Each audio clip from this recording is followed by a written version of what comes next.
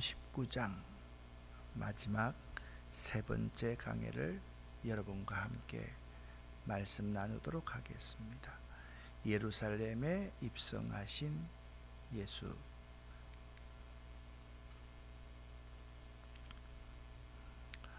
누가복음 19장 1절부터 10절에는 부유한 세리장 삭개오가 예수를 영접하는 이야기가 나옵니다. 그리고 예수께서는 하나님 나라의 도래에 대한 잘못된 생각을 어제 열문화의 비유를 통해서 바로잡습니다. 열문화의 비유는요, 우리가 달란트 비유와 조금 차이가 있습니다. 10명에게 각기 다 한 문화씩을 남겨두었다. 그리고 그들에게 장사하라고 말씀하셨다. 그러니까 하나님 나라에서는 아주 사소한 일이라도 충성해야 되는데, 이 하나님 나라의 일은 세상적으로 엄청나게 큰 일이 아니라 예수를 따르는 아주 작고 보잘것없는 일 같지만, 이 예수님을 따르는 일이 하나님 나라의 일을 하는 것이다. 그리고 예루살렘에 입성을 하십니다. 예루살렘의 입성은 예수님의 사역의 최종 목적지였지요. 최종 사역을 위한 길이 예루살렘을 향하는 길이었습니다. 이 예루살렘에서 예수님께서는 재판을 받고 십자가를 지십니다. 자, 예수님께서 오늘은 예루살렘 성에 들어가십니다. 다시 한번 말씀드립니다. 18장 마지막 부분에서 아주 가난한 맹인 한 사람을 고치신 예수님은 19장 첫 번째에서 부자요 세리장인 삭개오를 고쳤습니다. 그리고 사람들이 하나님 나라를 이렇게 죄송합니다. 하나님 나라를 이렇게 생각했습니다. 예수가 예루살렘에 입성하기만 하면 로마의 압제에서 벗어나 새로운 시대가 도래할 것이다. 근데 그게 아니라는 것을 열문화의 비유를 통해서 설명하신 것입니다. 자, 28절에서부터 40절까지 좀 길지만 좀 빠른 속도로 읽어보겠습니다. 쉬운 성경입니다. 예수님께서 이 말씀을 하시고 앞장서서 예루살렘을 향해 올라가셨습니다. 올리브산 근처에 있는 벳파게와 베다니에 이르렀을 때였습니다. 예수님께서 두 제자를 보내셨습니다. 그리고 말씀하셨습니다. 맞은편 마을로 가거라. 그곳에 들어가면 아무도 타보지 않는 나귀 새끼 한 마리가 매여 있는 것을 볼 것이다. 그것을 풀어 이리로 끌고 오너라. 만일 누가 왜 나귀를 푸시오 하고 묻거든 주님께서 필요하시답니다 라고 말하여라. 보냄을 받은 제자들이 가보니 예수님께서 말씀하신 대로 나귀 새끼를 발견했습니다. 그들이 나귀 새끼를 풀자 주인이 그에게 물었습니다. 왜 나귀 새끼를 푸시오? 제자들이 대답했습니다. 주님께서 필요하시답니다. 제자들이 나귀를 예수님께 끌고 와서 자기들의 겉옷을 벗어 나귀의 등에 펴고 예수님을 태웠습니다. 예수님께서 가실 때에 사람들이 겉옷을 벗어 길에 펼쳤습니다.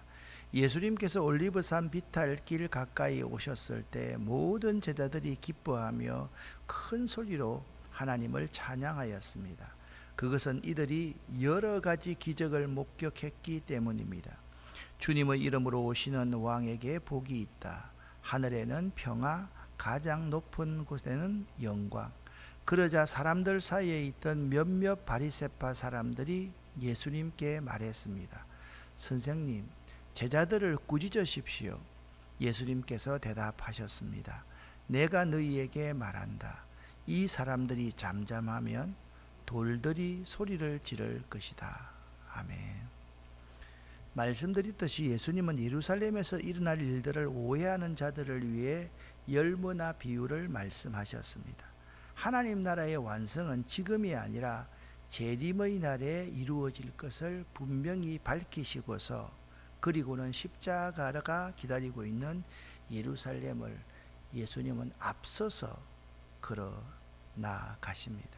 그리고 예루살렘에서 약 1km 남짓 떨어진 감람원 근처 벳바게와 베다니에 가까이 이르십니다. 그곳에서 제자들 둘을 모처로 보내어서 아무도 타보지 않는 나귀 새끼를 끌고 오게 하십니다. 나귀의 주인에게는 단지 주께서 쓰시겠다라는 말만 하고 끌고 오라 말씀합니다. 이제 예루살렘에 입성할 참 왕을 태운 나귀 새끼가 마련되었습니다.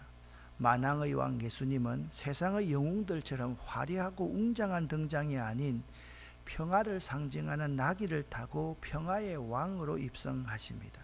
십자가의 죽음으로 인해 가져올 하나님과의 화목을 위해 기꺼이 백마가 아닌 새끼 나귀를 타고 겸손하게 입성하십니다. 제자들은 왕의 입성을 위해 자기 겉옷을 벗어서 나귀 등에 깔고 예수님을 태우고 또 어떤 사람은 자기의 겉옷을 예수님 앞에 펴드립니다. 그 무리는 마치 왕의 즉위식을 연출하고 있습니다. 예수 일행이 예루살렘이 빤히 보이는 감람산 내리막길에 들어서자 제자들 온 무리가 그들이 목격한 예수의 권능과 이적들을 생각하고 흥분하여서 이제 새로운 나라가 도래할 것이다. 로마의 압제는 물러갈 것이다. 라고 하면서 큰 소리로 하나님을 찬양했습니다.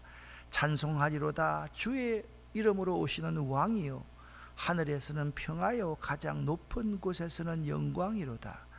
이들은 여전히 예루살렘에서의 예수 왕을 오해하고 있었습니다. 이들이 노래하는 것은 위대한 다윗 제국의 재현이요 찬란한 유대 나라의 부흥이었습니다. 그래서 이들이 다시 돌아서서 예수를 죽이는 일에 하나가 될 것을 기억하시기를 바랍니다. 예수를 바로 알지 못한 채 따라가는 자는 반드시 예수를 죽이는 편에 서게 됩니다. 여러분, 이 사실을 꼭 알아야만 합니다. 오늘날도 마찬가지입니다. 예수께서 하시는 그 일을 잘 모르고 교회 와서 무조건 복 받는다, 복 받기를 원한다, 그렇게만 말씀하면서 영광을 꿈꾸는 자들은 그 영광에 대해서 실망을 주게 되면 예수를 죽이는 자의 편에 설 수 있다라는 사실을 잊지 마시기를 바랍니다. 예수를 향한 환호와 찬양이 높아지면 높아질수록 굉장히 이 장면이 거슬리는 사람들이 있었습니다. 바로 유대인들, 바리새인들이었습니다. 이들은 열문화에 비유해서 귀인이 왕의 자격을 받아오는데 반대했던 사람들입니다. 이 귀인을 죽이려고 했던 사람입니다. 이들에게 있어서 예수는 단지 신성모독자에 지나지 않았으며 이들의 귀에 들리는 찬양과 그 환호는 책망거리에 지나지 않습니다. 그들은 더 이상 알려고도 하지 않습니다. 예수께서는 도리어 대적하는 바리새인들을 책망하십니다. 너희들이 저들을 좀 꾸짖으십시오. 예수님, 왜 이렇게 철이 없으십니까? 라고 말하는 그들에게 이렇게 말을 합니다. 너희들이 잠잠하면 돌들이 부러질 것이다 라고 말씀합니다. 이 말씀은 그들에게 엄한 심판을 경고하신 말씀이었습니다. 우리도 하나님의 일을 할 때 하나님의 일을 두고 하나님 일 앞에 자신의 이해와 감정으로 대할 때가 있습니다. 이 모습이 바리새인과 같은 모습입니다. 그러나 그런 우리의 처사가 얼마나 어리석고 위험한지를 생각해 봐야만 할 것입니다. 바리새인들 입장에서 예수를 바라봤을 때, 그 무리들을 바라봤을 때 참 이해가 안 되었을 겁니다. 그들은 자꾸 하나님의 일과 자신들의 이해와 감정이 상충될 때 하나님의 일은 관심이 없고 자신들의 이해와 감정이 앞서서 다른 사람을 정죄하고 책망하고 꾸짖으려 그러고 마침내는 그 예수를 죽이려고 했던 것입니다. 여러분 한번 생각해 보세요. 자기 생각이 아무리 옳다라고 생각해도 다른 사람을 죽이려고 하면 그 생각이 올바른 생각이겠습니까? 아니지 않겠습니까? 바리새인들의 이런 모습이 우리가 하나님의 일 앞에 생각할 수 있는, 판단하고 행동할 수 있는 모습일 수 있다라는 것입니다. 예루살렘에 대한 예수님의 예언은 41절부터 44절까지 나옵니다. 같이 한번 읽어보겠습니다. 예수님께서 예루살렘에 가까이 오셔서 그 도시를 바라보시고 눈물을 흘리셨습니다. 그리고 말씀하셨습니다. 오늘 네가 평화의 길을 알았더라면 좋았을 텐데 그러나 지금은 이것이 너에게 감춰져 있다. 내 원수들이 너를 향해 흙덩이를 쌓고 너를 에워싸고 사방으로 포위할 때가 올 것이다. 그리고 너를 짓밟고 너와 함께한 내 자녀들도 짓밟힐 것이다. 또한 돌 위에 다른 돌 하나라도 남지 않게 할 것이다. 이는 하나님께서 찾아온 때를 네가 깨닫지 못했기 때문이다. 아멘. 여기 예루살렘은 건물을 의미하는 것이 사실 아닙니다. 건물을 의미하는 것도 있지만 유대인들 그 공동체를 의미하는 것입니다. 그들이 지금 예수를 거부하고 예수가 왕되는 것을 인정하지 않고 예수를 죽이려는데 앞장서 있는 사람들인데 너희가 반드시 짓밟힘을 당할 때가 있을 것이고 너희의 자녀들도 짓밟힘을 당할 때가 있을 것이고 그리고 너희들이 그렇게 소중히 생각하는 이 예루살렘 성전도 돌 위에 다른 돌 하나라도 남지 않게 파괴될 날이 있을 것이다. 그 이유가 무엇인지 아느냐? 44절 세 번째 줄에 있는 말씀입니다. 이는 하나님께서 찾아오신 때를 네가 깨닫지 못했기 때문이다 라고 예수를 거부하고 예수를 영접지 않고 예수를 불신했기 때문이다 라고 말씀하고 있습니다. 예수를 따르는 무리는 영광스러운 메시아 왕국을 기대하며 흥분을 감추지 못합니다. 그러나 주님은 예루살렘을 바라보시면서 그의 멸망을 보고 지금 울고 계십니다. 수많은 선지자와 예언자들이 전한 말씀 그리고 이 땅에 친히 오셔서 그들에게 전하신 예수님의 말씀을 듣고도 예수를 십자가에 죽이는 자들 그 결국을 이제 볼 것이다. 그들이 심판당하는 일을 너희들 눈으로 목도할 것이다 라고 말씀하고 있는 것입니다.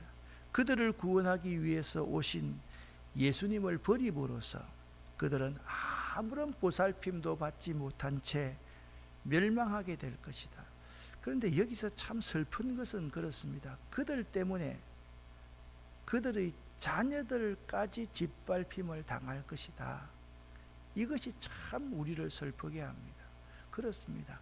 우리가 신앙생활을 제대로 못하고요, 우리가 바리새인과 서기관처럼 행동하면 우리의 자녀들이 짓밟힘을 당한다라는 것을 잊지 마시기를 바랍니다.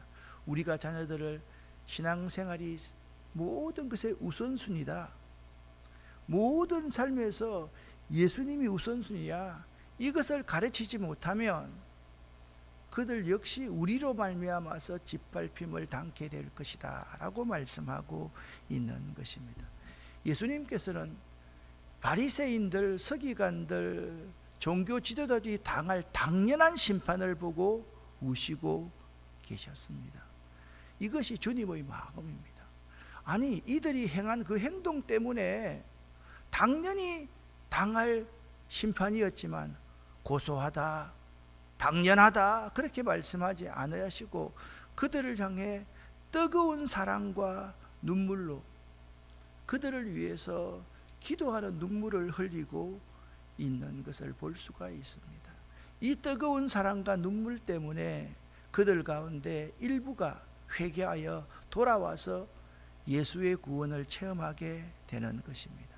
그리고 이제는 우리들이, 바리새인과 같은 우리들이 주님의 그 사랑과 눈물을 내 이웃과 주님과 복음을 위해서 그들에게, 믿지 않는 다른 사람들에게 되돌려야 한다라는 사실을 알아야 됩니다. 우리도 끊임없이 당연히 죄 때문에, 예수를 믿지 않는 그 죄 때문에 죽어가야 될 그 사람을 위해서 눈물을 흘릴 수 있는 사람이 될 수 있어야만 하는 것입니다. 이 눈물이 사라지면 기독교의 복음은 아무런 소용이 없습니다. 예루살렘을 향해서 울고 계시는 예수님의 그 눈물이 여러분과 저의 눈물이 될 수 있기를 예수 이름으로 간절히 축원합니다. 교회가요, 이 눈물이 사라지면 선교도 하지 않고 전도도 하지 않고 이웃 사랑하지도 않고 아무것도 하지 않습니다. 교회가요, 눈물이 사라진 메마른 곳이 되면요, 서로가 서로를 향해서 정죄하고 비판하고, 여기 나오는 바리새인들처럼 말합니다. 예수님, 저 사람 좀 혼내주십시오. 하나님, 저 사람 좀 나가게 해주십시오. 그렇게 말을 하지, 그 속에 뜨거운 가슴, 뜨거운 사랑, 뜨거운 이해와 용서가 없다라는 사실을 알아야만 합니다. 이제 예수님께서는 예루살렘 성전에 그 다음 날 들어가셨습니다. 45절 46절을 읽어보겠습니다. 예수님께서 성전에 들어가 장사하는 사람들을 내쫓기 시작하셨습니다. 그리고 그들에게 말씀하셨습니다. 내 집은 기도하는 집이다 라고 성경에 쓰여 있는데 너희는 이 집을 강도의 소굴로 만들었다. 예루살렘에 입성하신 그 다음 날이었습니다. 예수께서는 성전에 가셨습니다. 그런데 성전에는 유대인의 공회인 사내들인 및 제사장들과 결탁한 잡상인들로 가득하였습니다. 이들은요, 성전 이방인의 뜰을 차지하고 장사질을 하고 있었습니다. 그들은 장사 허가를 낸 사기꾼들이었습니다. 사람의 새, 인세를 내기 위해 돈을 바꾸는 환전상과 재물을 사고 파는 상인들이 절비합니다.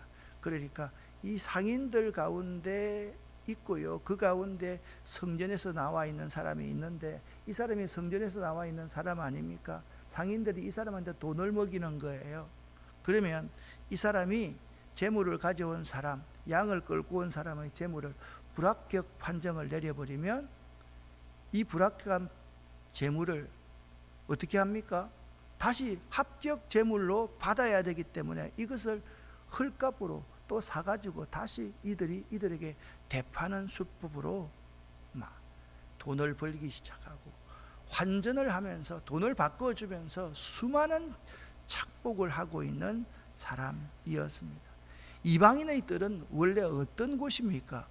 이방인들이 기도할 수 있도록 마련하는 기도의 처소임에도 불구하고, 여러분 이걸 알아야 됩니다.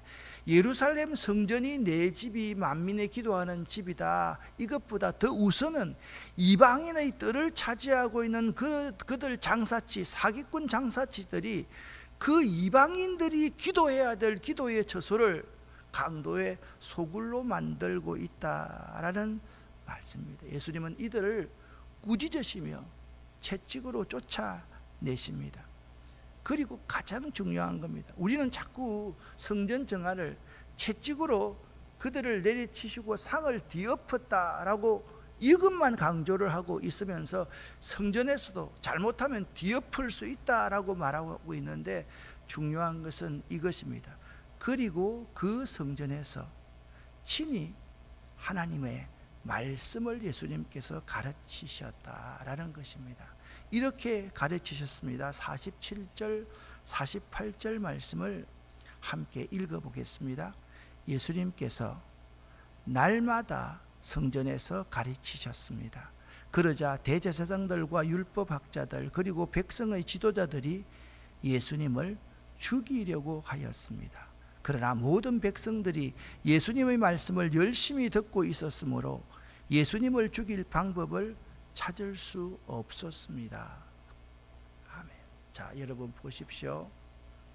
예수님께서 이방인의 뜰을 차지하고 있는 그러한 사기꾼 장사치들과 모든 이들과 결탁하고 있는 사람들을 내쫓았는데, 아니 유대인들은 내쫓지 못하지 않습니까? 장사치들만 다 내쫓았습니다.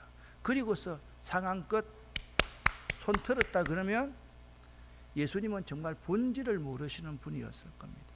그리고 그 성전에서 날마다 매일 매 순간 성전에서 가르치셨습니다. 이것이 매우 중요한 말씀입니다. 그러면서 그들을 바로잡을 수 있는 것은 채찍, 상을 뒤엎는 게 아니라 하나님의 말씀이다라는 사실을 분명하게 가르쳐주고 있습니다. 이를 두고 대제사장, 서기관들, 백성의 지도자들은 악한 생각으로 하나 되어서 이를 갈기 시작합니다.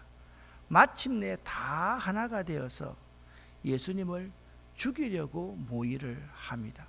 그러나 누가는 그 장면을 이렇게 증언하고 있습니다. 같이 읽겠습니다.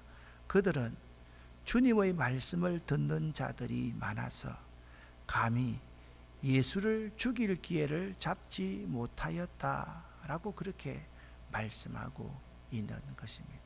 참 중요한 것은 하나님의 말씀입니다. 오늘 우리 교회가 진정으로 무엇이 채워져 있는지를 돌아볼 수 있어야만 합니다. 죄송합니다. 새벽부터 이런 말씀을 드려서 참 죄송합니다. 이 하나님의 교회 안에 예수님께서 예루살렘에 마땅히 심판당해야 될 그 바리새인과 서기관들을 위해서 울고 있는 그러한 모습, 그 모습이, 이 눈물이 이 교회에 사라져 버렸습니다. 그리고 건조하고 메마르고 사막처럼 먼지가 막 나는 곳이 되어가지고 서로가 서로에 대한 사랑도 없고 용서도 없고 관용도 없고 자비도 없고 아무것도 없는 곳이 되었습니다.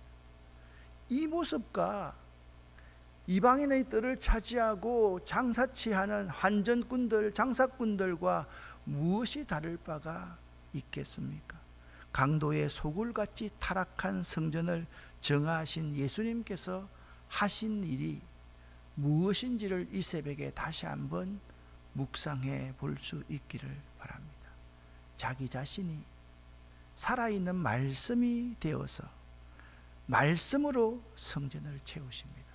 그래서 저는 이렇게 믿습니다. 오늘날 이 하나님의 교회에서 가장 중요한 사역은 뭐냐 하면 말씀 사역입니다. 우리 교역자들은 말씀을 연구하는데 정말 최선을 다해야만 됩니다. 자기가 지금까지 알고 있던 그 말씀만 가지고 교인들과 승부를 내려고 하지 말아야 됩니다.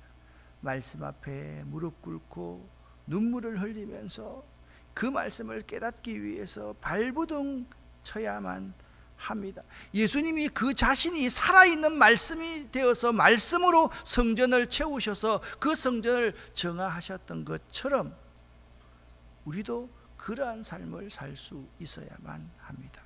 우리 아름다운 교회도 항상 진리의 말씀으로 채워져 가야 할 것이고 여러분 속에도 항상 진리의 말씀이 가득해야 우리 속에 내 감정과 내 생각, 내 의지 그런 것들이 없어지고 하나님의 일이 우선으로 설 것입니다.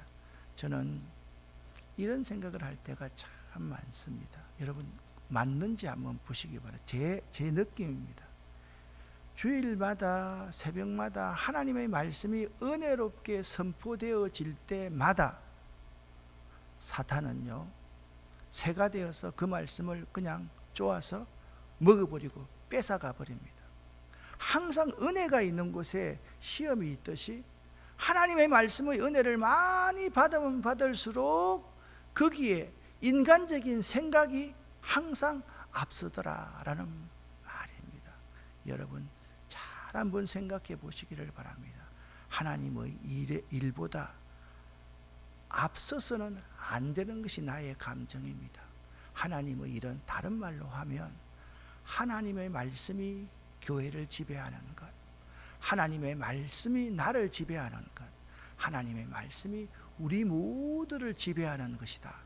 꼭 명심할 수 있기를 예수 이름으로 간절히 축원합니다. 기도하겠습니다. 살아계신 하나님 아버지, 우리 교회가 진정 무엇으로 채워져 있는지를 이 시간 되돌아봅니다. 우리 속에 무엇이 채워져 있는지를 이 시간 되돌아봅니다. 하나님 아버지여, 성전을 깨끗게 하시면서 자신이 친히 말씀이 되어서 날마다 그 성전에서 말씀을 가르치시는 예수님, 사람 살리기 위해서 눈물 흘리는 예수님과 말씀을 가르치는 그 자체가 못마땅해서 예수님을 죽이는데 하나가 되어서 이를 갈고 있는 유대인의 모습, 이 둘 중 누가 우리들은 어떤 모습인지를 이 새벽 다시 한번 생각해 볼 수 있도록 도와주시옵소서. 이 새벽에 사랑하는 남편의 사업을 위해서 기도하는 귀한 집사님이 있습니다. 새로운 사업을 위해서 기도하는 분이 있습니다. 또한 건강을 위해서 기도하고 성도를 위해서 중보하고 자녀 손들을 위해서 기도하는 분들이 있습니다.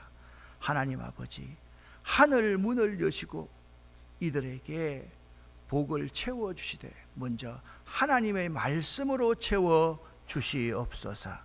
예수 그리스도 이름으로 축복하옵고 간절히 기도 올립니다. 아멘.